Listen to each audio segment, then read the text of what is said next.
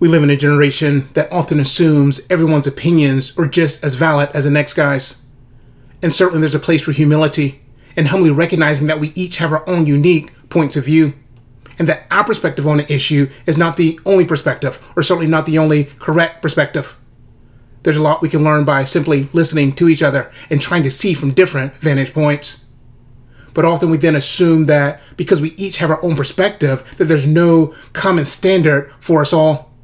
That you don't get to impose your opinions onto me, and I don't get to impose my opinions onto you.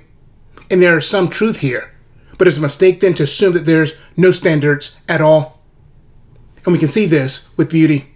While we all have our personal taste regarding beauty, is there still a standard for beauty? In class, sometimes I contrast this image of the birth of Venus with this photograph of a urinal.